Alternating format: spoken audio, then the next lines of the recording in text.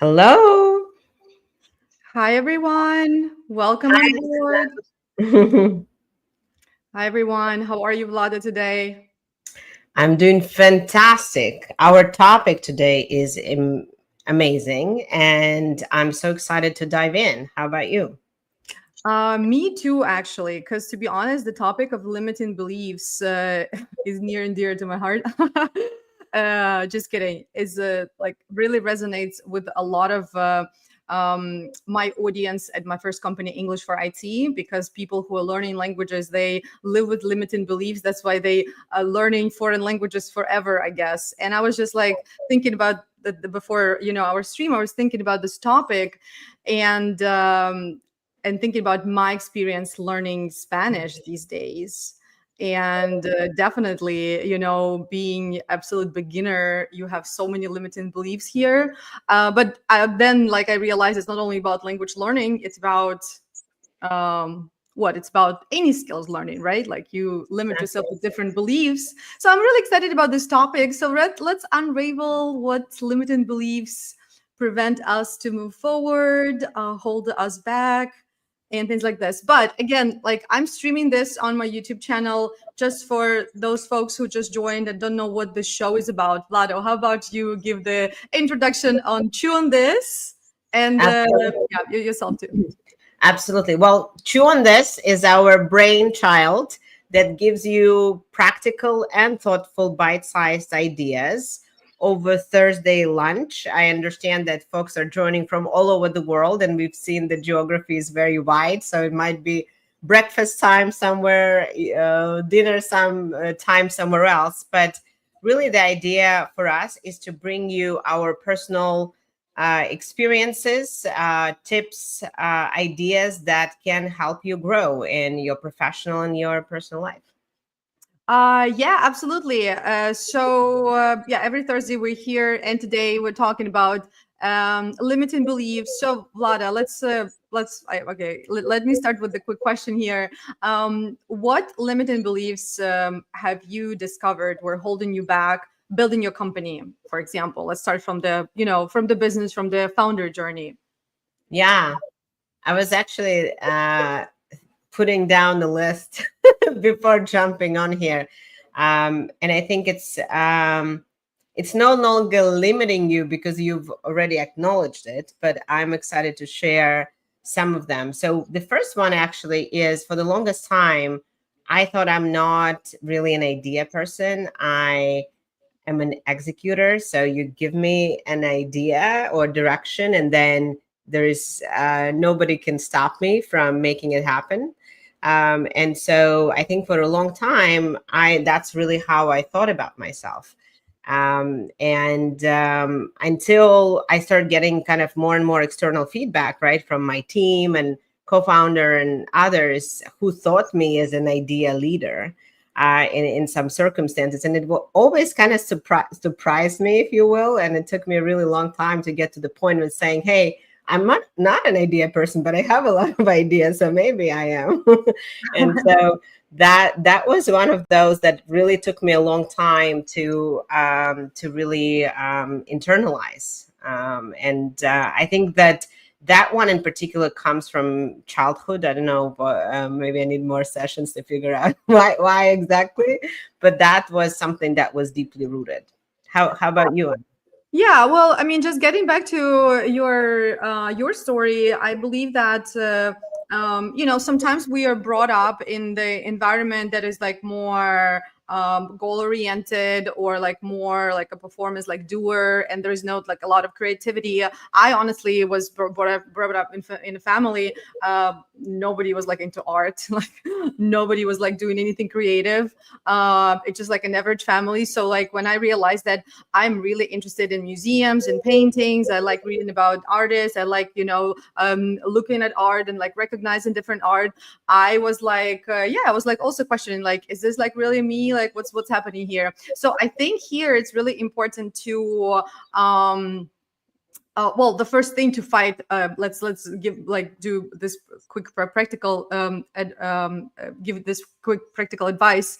The first thing to fight your limiting belief is to become aware of it, right? So like what you did is amazing, because you recognize that you actually have these ideas. And like, how am I not full of ideas if I am full of ideas? So like I can be a visionary, right? So I think that was Right. like, that was it for you, and really important for a founder journey, to be honest. For me, limiting beliefs, obviously, there were many, and there are many still, because like that's how life goes. I think for a founder journey, limiting belief, one of the limiting beliefs when you come from a suburbia, like from a smaller town, and yeah, it's kind of like believing that you can do something on a bigger scale. And then when you start doing it, when you like realize, oh, I actually work with this client, and this client is an internationally recognized client. So like, does it make me internationally recognized professional? Kind of.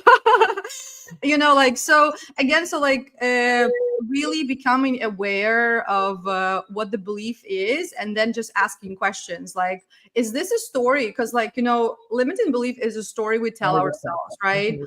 So is this the story I'm telling myself, or is it a fact? So I think this is the first and like the most simple question that we can ask. And then you can just like look, but it's hard to look at yourself and like see yourself as a different person.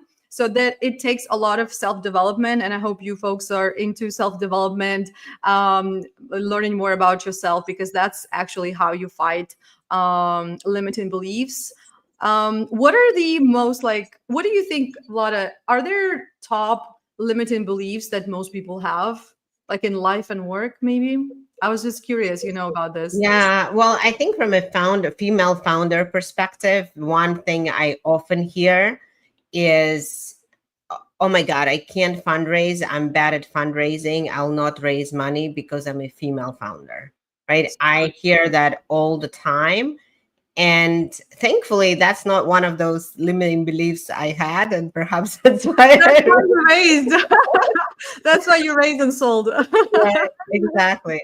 And I think for me, I I think what I'm finding is my mind goes to a practical place often, and I say, does this tag that I put on myself serve me or not, right? And so when it comes to this one in particular, it was clear to me that I think just based on our psychology, based on how we are, there are certain things that typically are more male than female. And yes, we need to learn to be bullish. We need to learn to stand there with a straight face and say, I'm going to 10x my company, and actually believe in that, right? In order, if that's what you want, if you want to raise venture funding. And I think for a lot of women, just based on how we are, we're just more execution oriented. And if you don't see a clear path, and you can't see a clear path to 2x anything, because it takes a lot of things to fall into place, then that's kind of what is limiting factor. So I think rather than putting a tag on yourself, just saying, hey, this tag doesn't serve me, and I just learn where my weaknesses are, and I learn how to overcome them, and and how to kind of lead with my strengths. So I think that's one of those which for me personally is an easier one to overcome. Yes, if you look at stats, they're very disheartening, but don't look at them. The stats for anything in entrepreneurship are Don't disheartening. look at the Why stats bother? and change them if you don't like them, right? Right, prove them wrong. Prove them Yeah, wrong. prove the stats wrong. I like it. I think another limited belief that a lot of people have is the age limited belief. Mm, Like how many people are saying, I'm too old for this, right? Sometimes yes. people even saying, I'm too young for this, right? And then they miss the opportunity to actually do something, because like, oh, I'm still in my 20s. I have time till I'm like 30. And then like when you're 30, your priorities change. Like you don't actually want to do things that you wanted to do in your 20s, and this is when you start thinking, I'm too old for this. So this is like this loop, like this is a trap, right? Like you get into this loop. And yeah, and like for example, I've been helping people to fight this, like with language learning, right? I've been helping people to fight this belief, because I was actually shocked that the first time, when my blog on Instagram grew, so I started like talking to audience, like people that I didn't actually know, not on just my friends. And this woman, she sent me a DM, and she was like, Anna, I'm 40 years old. I'm too old to start learning English, right? I'm like, well, I wasn't, I mean, I was younger back then, but I'm like, no, you're not. And then like now I'm 38 and I'm learning Spanish. And this is like, I'm not learning Spanish because like I have to like really for work or something, but like I'm just learning it because I just like learning languages, and this is self-development opportunity for me. This is a hobby opportunity for me. And she was like, and I was like shocked that, how could you even think that your age can be a restriction to actually Right. doing an activity, and any kind of activity. And then I told her a story that my very first business was offline language school in Odessa, and I was like hosting offline, like in-person groups. And I had this student. She was, unfortunately, I don't remember her name. She had a really like unusual Asian name. She was 73 years old, and she was learning English.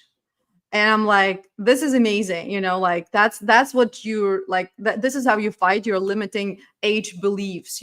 So like, it's not only about languages, it's just pretty much about anything. Starting business, there are so many successful founders who became millionaires and billionaires in their 20s, but there are also a lot of successful founders who became founders in their 50s.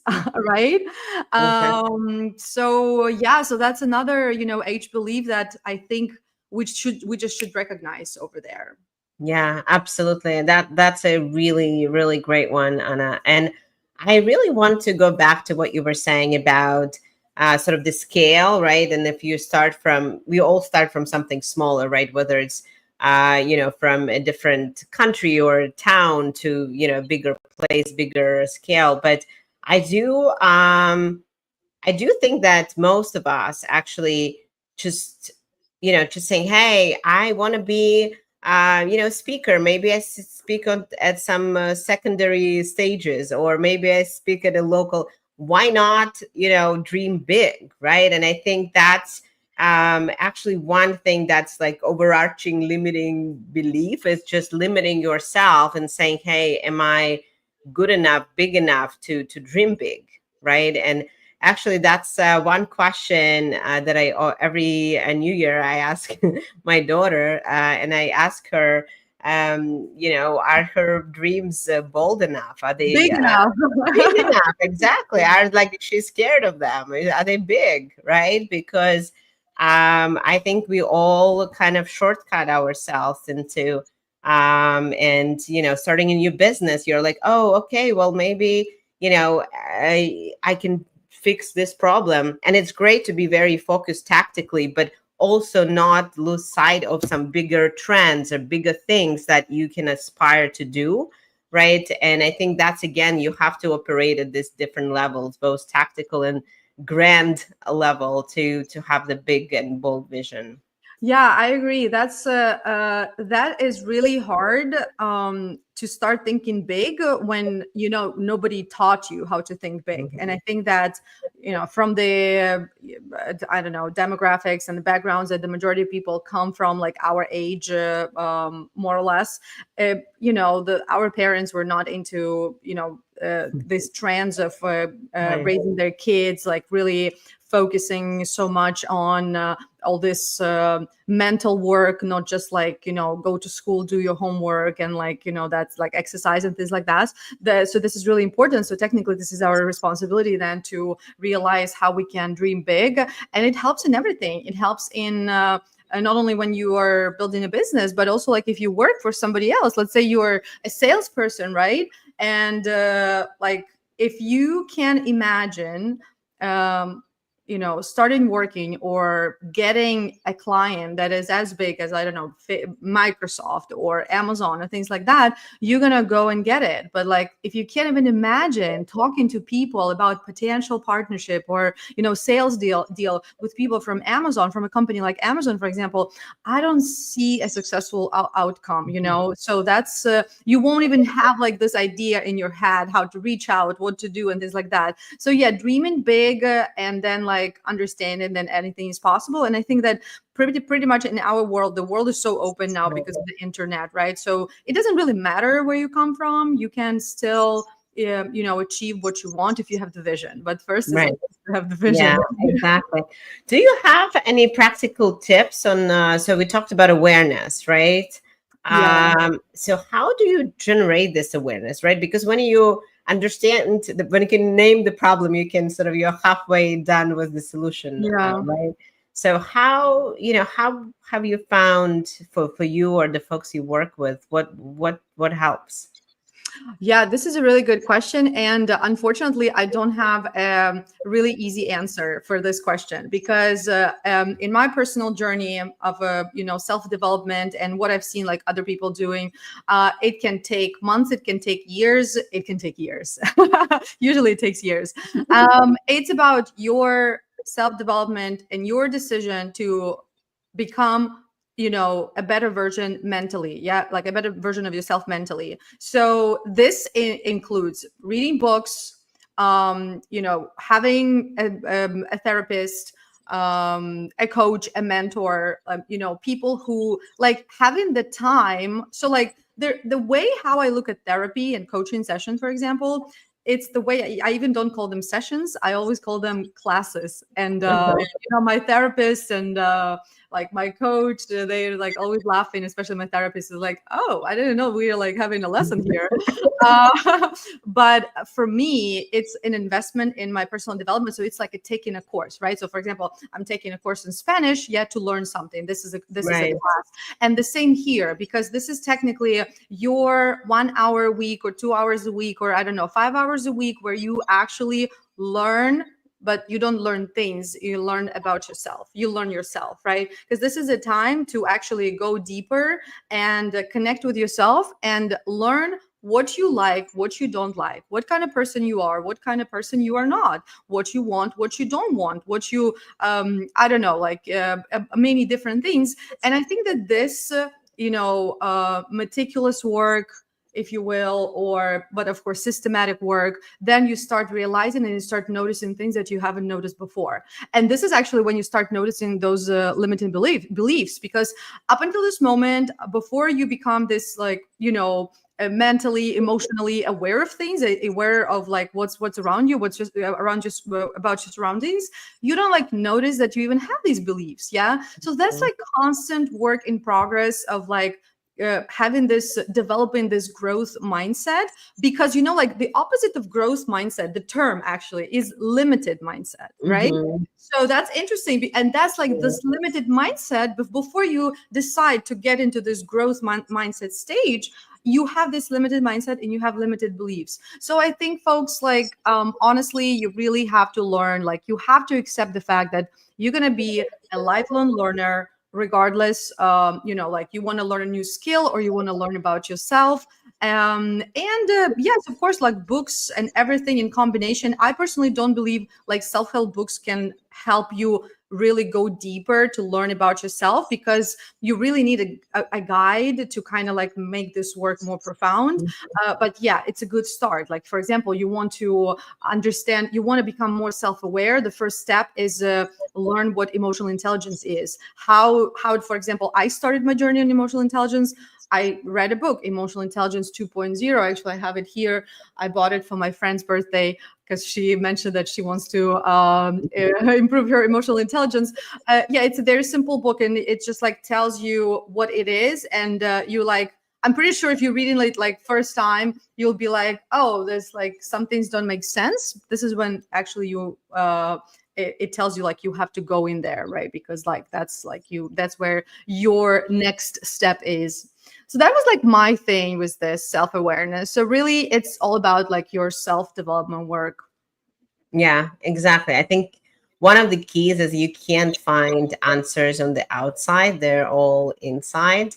And I So think they, for me, the two key skills is just constant reflectiveness and getting the skill of reflection, right? And I think for me, the coach that I'm working with now for probably over a year is really helping to develop that muscle.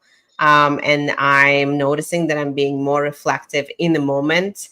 And the other one is just being able to kind of go in, which is something I'm really trying for probably fifth time in my life to get into, which is meditation. So I'm it's hard. struggling. Actually, I do have a quick tip for you. I read in the book today. So here is it. I think it's. I haven't tried it. But I want to try it. But like I've been practicing meditation for some time, so I don't have like I have that big of a problem. But for beginners, what you can do, you can sit like in the meditative pose. Then you can put like a piece of paper in front of you, so like your eyes can look at this paper. And looking at this paper, you imagine number one. You imagine number one, and when like you imagine this number one, and then when your mind starts drifting away, number two.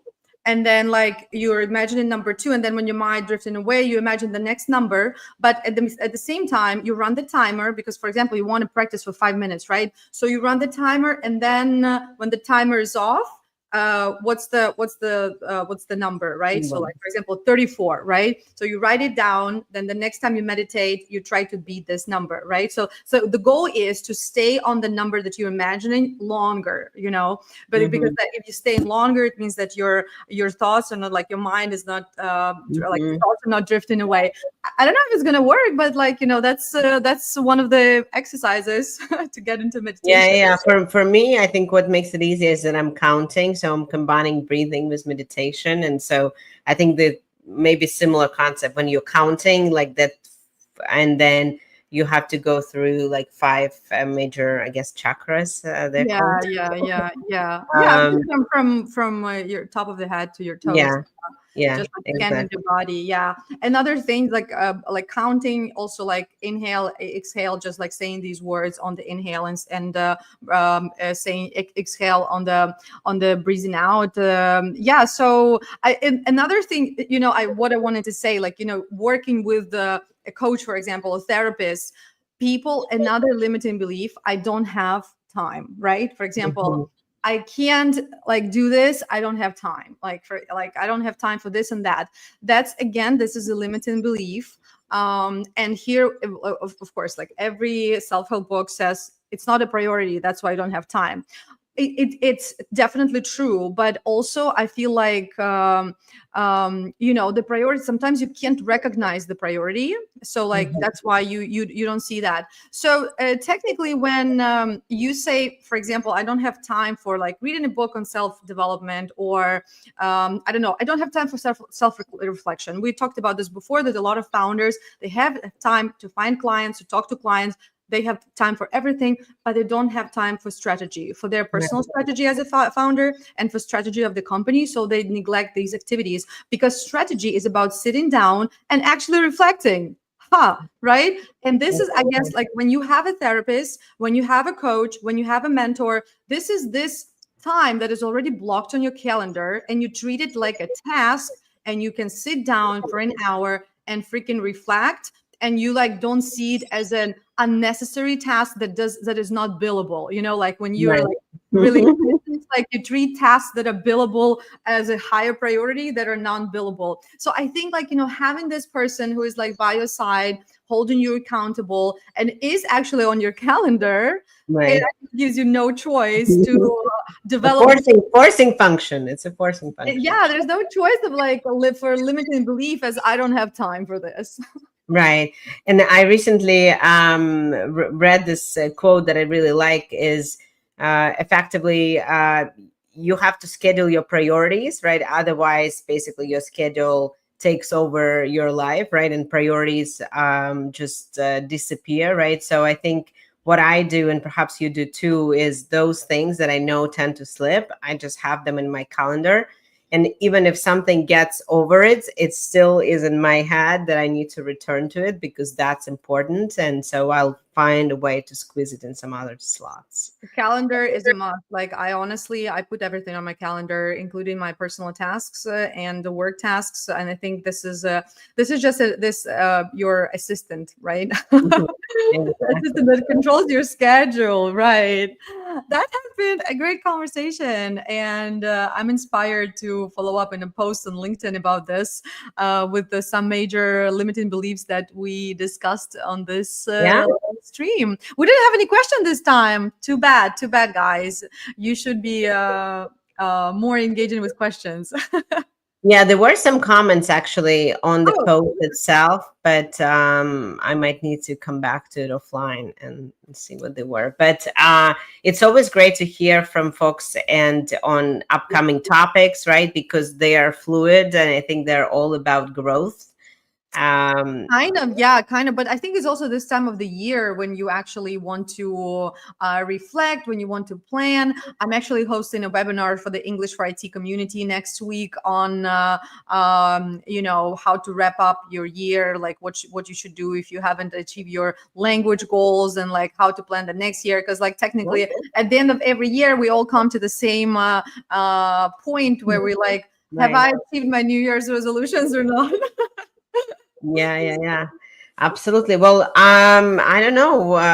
I think today was fantastic. I learned a ton, Anna, from you. So thank you very Thanks, much. likewise. Yeah, I feel like this topic is worth like discussing over and over again. But I don't know. Next time, it's actually going to be Thanksgiving, Vlada. Mm. Are we gonna skip it or have it or run the show? Um, I don't know. I'm up for it. Maybe we talk about gratitude. Absolutely. Let's talk about gratitude. I don't know how many folks are going to be in a work mode, but like, let's still do it. And maybe it's not going to be like a traditional Yeah. lunch break, but maybe sipping wine and In Turkey. In in Turkey. Turkey. Right. I was actually thinking about making turkey for the first time in my life, but I don't know if I'm going to do it because the bird is really big. I've never cooked the bird this big, but Yeah, it takes hours and hours. Yeah. I know, yeah, it's like so you have to start really early in the morning, and from what I heard from like local folks here in the states, they start like 11 a.m. Sipping wine all day, preparing different things. I'm like, yeah, and then like you just get drunk and like you don't care about the bird at the end. Exactly. Don't forget it in there are a lot of funny movies when they forget it in the oven and then it never comes Yeah, out. it never works. So yeah, let's talk about gratitude, and maybe here we can share with folks why it's important, and how make gratitude and also like part of your like daily routine, because that's another like mental trick that helps people with resilience, that Mhm. helps people like with many skills that we need these days. So definitely gratitude is like one of the power skills that Right. we need to develop. But again, not many people do it because like this is weird. Well, anyway, I let's talk We'll about this. save it for another time. For now, I'm grateful for the guys joining, grateful for you, Anna, and wishing you all a strong ending of the week. We are approaching end of November, so only just a bit left of the year, and let's finish strong. Let's finish strong. Thanks so much, Vlada. Bye, everyone. I'll see you next week with gratitude.